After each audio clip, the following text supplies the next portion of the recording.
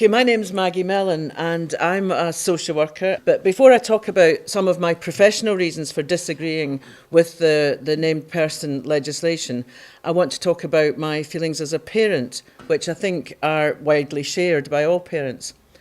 As a parent, I knew that their father and I, when they were young, were 24 hours out of 7 days a week responsible for our children.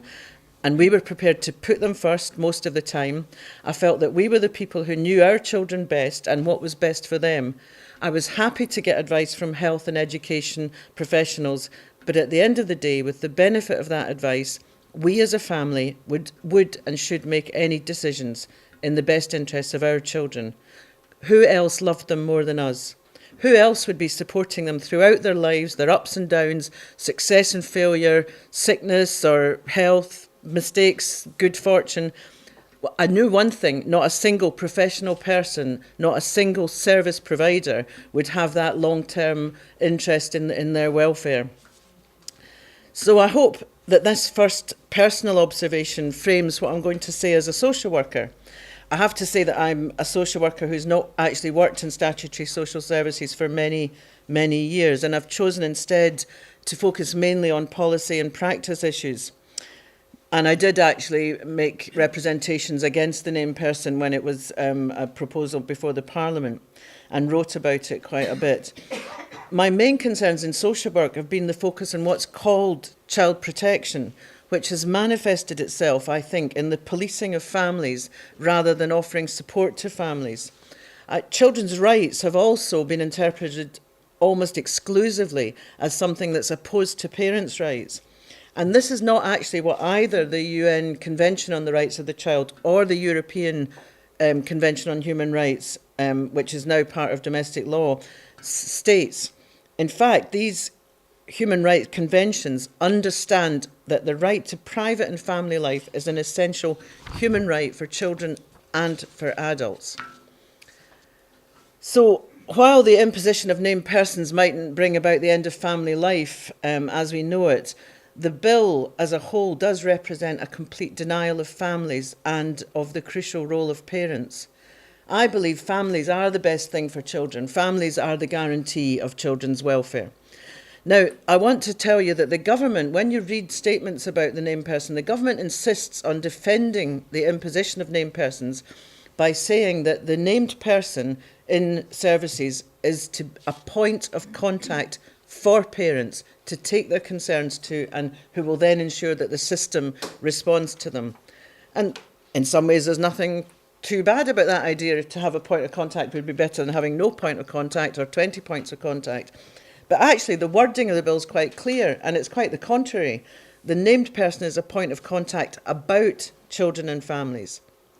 So, and I'm going to tell you exactly what it says in a minute, but in the consultation about the proposal when it came out, 81% of respondents were organisations and 19% of respondents were individuals. All were given the same weighting, which you might think is fair enough if you're one of the individuals that wrote, to be given the same weighting as a local authority or the Law Society of Scotland or whatever, all of which opposed the named person provision. But in fact, they were all given the same weighting, and it was decreed that 72% of those who provided a view agreed with the proposal to provide a point of contact for children, young people and families. So again, they couched in the consultation, they couched it as, do you agree with the named person as a point of contact for parents? Now, there's quite a difference. So in fact, local authorities were overrepresented amongst opponents of the proposal, and I think, in fact, COSLA and all local authorities, probably not on the same grounds as I object to it, I think mainly on resource grounds, and I think that is a huge objection in itself. But the actual legislation doesn't mention a point of contact for parents. And this is, I mean, it's standard across every response from government or any of the people responsible for implementing it talk about this is what parents want, a point of contact. But in fact, what the legislation says, the function of the named person will be doing such of the following where the named person considers it to be appropriate, in order to promote, support or safeguard the well-being of the child or young person. So no, it's what the named person decides to be appropriate without any contact from the parent or with the parent. They can decide what they believe is in the best interest of a child to safeguard their welfare. And it's much broader than a test of significant harm. There is a legislation that says that, you know, even if a parent isn't concerned and a child is in a very bad way, obviously there is legislation that says people can act. So the named person will be able to advise, inform or support the child or young person or a parent of the child or young person. Again, they're not asked to consult with them or to, you know, be a point of contact for them. Their function would be to help the child or young person or a parent or child of the young person to access a service or support, not to refuse a service or support, you notice. So it could be a service that the parent is completely opposed to and the child, but they'll only be helped to access it. And also to discuss or raise a matter about the child or young person with a service provider or a relevant authority. And the last one is such other functions as are specified by this Act or any other enactments. So service providers will decide who the named person is and what is in the best interests of a child. Named persons appointed by them will decide as they consider appropriate, not the parent. Named persons will be appointed, according to the legislation, according to their experience, their qualifications, or their position. In other words, they can be practically anyone employed in education, health or social care. And they won't be the parent's choice or the child's choice. They will be decided by the service provider. In recent years, we've seen the creation of a new body of experts, parenting experts. I don't know if you've noticed this. This is very interesting, as there is actually no agreed body of knowledge on how to parent. It's, I mean, beyond the obvious of feeding, clothing, nurturing, caring for. But it's all very well when these are just people who are selling their books or expounding their views in the media. You can disagree with them. Now, though, anyone appointed as a named person will have the authority to use any half-baked theories and nostrums, such as the one Stuart described about early intervention, in order to decide, as they consider appropriate, what is best for particular children's welfare. So for me, this is in the context of the disappearance, and this is something I've been commenting on for a while, the disappearance of family from policy about children. Getting It Right for Every Child, you may have heard about it, was piloted in Highland. It's the policy context for the named person proposal coming forward and then going into legislation. So Getting It Right for Every Child, which is commonly called GIRFEC, and it created a framework for professionals to assess children's needs and to decide what service that children needed. So interestingly, illustrations about what children needed, it's like what I need from service or whatever. Put a child in a large triangle in the middle of the page, and there was this little sort of the little prince in the triangle, and around him a circle of agencies and other supports, so include health, education, my teacher, the police, and down at the bottom left-hand corner, which people that know about advertising and everything know, the bottom left-hand corner is where you don't look. The top right is where you look. The bottom left-hand corner, it said families and communities. That's where they were put, sort of just as far away from the child. Instead of the family around the child, the whole family as around the child, supporting the child, the family was down there, and all these eager professionals, named persons, were around it. And so the message really was clear. We know best, and the child, we'll have a direct relationship with children, and we know best. Which would be all very well if they did, of course. So in fact, this disappearance of family is actually reflected in the Children and Young People's legislation. Now, this is legislation that was heralded as going to be making Scotland the best place for children to grow up in. It does not have one mention of family, not one. I mean, you can Google it. It's just not there. I just think that's extraordinary. So that, I think, has to be seen in the context of what child protection social work, where family has begun to be seen or is actually seen as a risk. I think, you know, some people might think families were actually probably a pretty bad idea, and it'd be much better if children were grown in pods and they could then be, their needs could all be met by services and service providers. Fathers are not considered as an asset particularly, but are seen as a biggest risk in families. And conversely, that there's a belief that services are protective and they're good. At their best, families are merely good service providers or caretakers on behalf of government.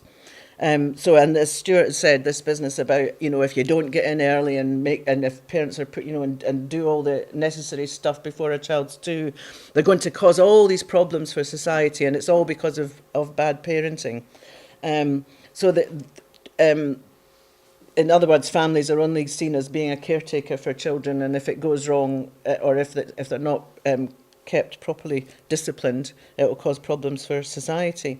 Now, it is true that parents of children with disabilities and special needs asked for years to only have to deal with one professional and not to have to repeat their needs and have multiple assessments. And that's quite obvious. It's quite sensible. You don't want to have to see a health visitor and a social worker and an occupational therapist and a physiotherapist and a paediatrician all at different appointments and tell them all the same story, and then not one of them actually make sure that you got the proper incontinence pads or the toilet adapter seat, or because that didn't work. So obviously there is a case for parents having a point of contact.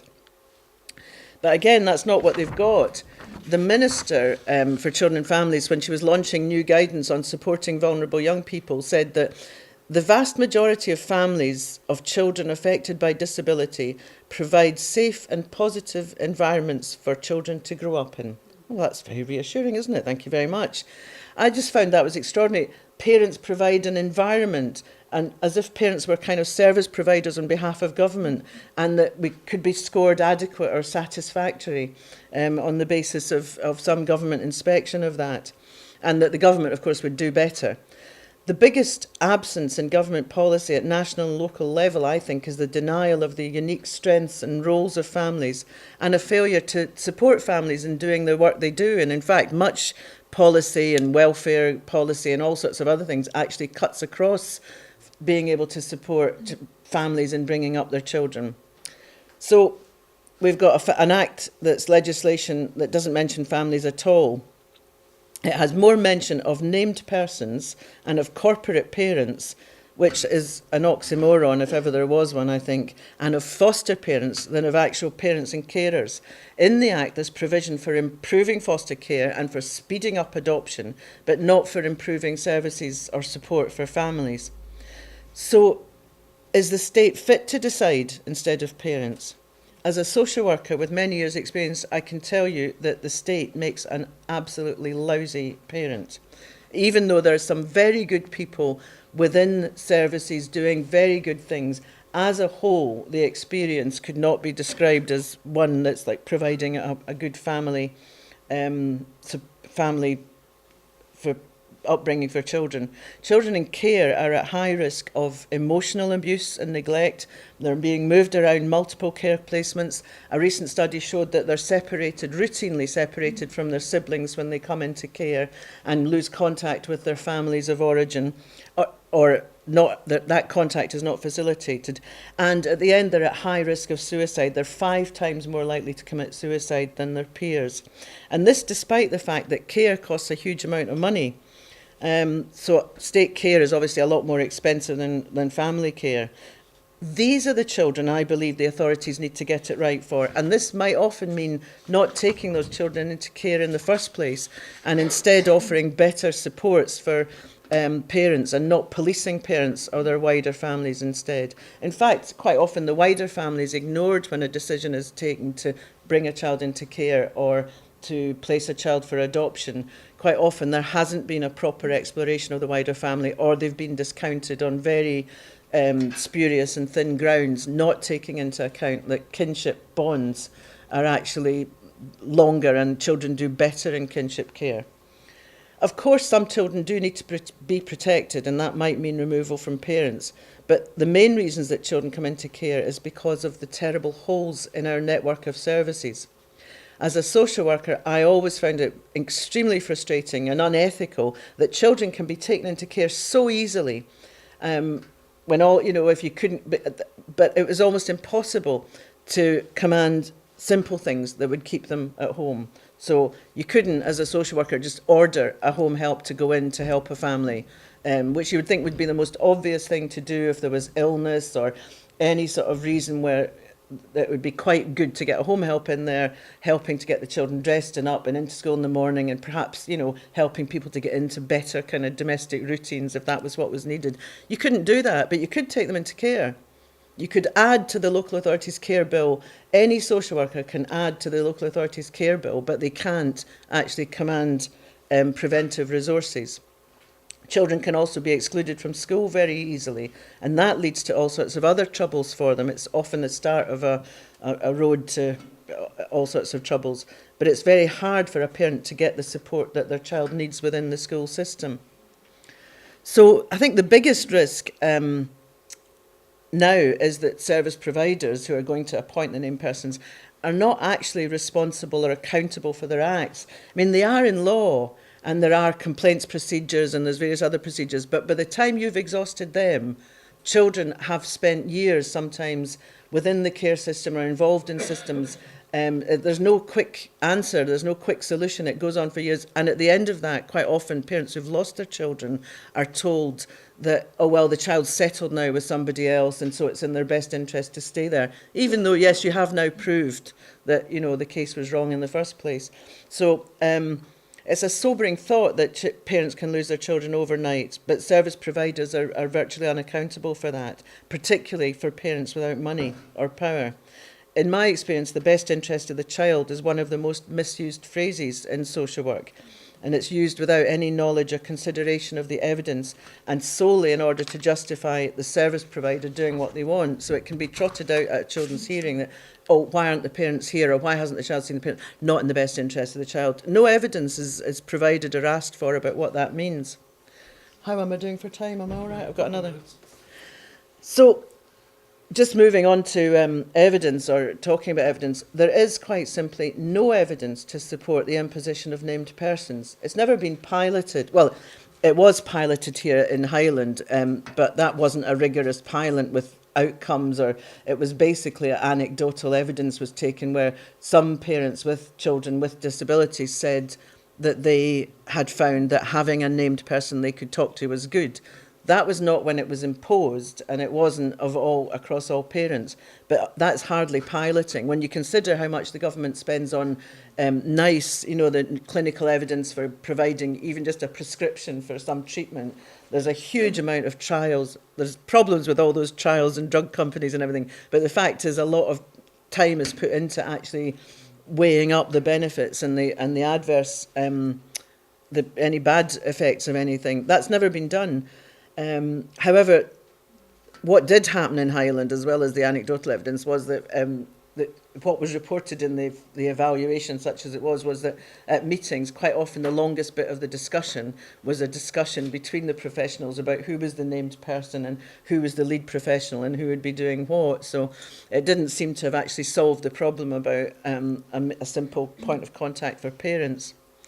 And I think Alison might talk more about this, but behind all of this, which I haven't got into, there's the nightmare scenario of indiscriminate information sharing on the basis of the supposed best interests of a child, which some of the parents talked about as well, finding, the idea that, your medical records, your children's medical records, confidential discussions with your family doctor, or even with a social worker or a teacher would be then shared widely across a system. Because one sure thing that we know about what has been an organisational abuse of children is the more information that's shared and can be accessed widely, the more at risk children are, particularly vulnerable children. Because, for instance, the Rotherham case recently and everything, these were children who were very well known in services. There wasn't any problem about information sharing. Everybody had the information and they were not supported or protected. And in fact, it led to their greater abuse, I would take from the report. So I predict a lot of bureaucracy and training, a huge misuse of resources that should be dedicated to actually helping families stay afloat in what I think we're seeing are going to be the worst times of poverty that we've seen since the 1930s. So instead, we'll have systems set up to share information among people who have no resources to help, but lots of power to interfere. In fact, a lot of kind of pressure to interfere, because there's the whole risk and fear, culture of fear that professionals are operating in children.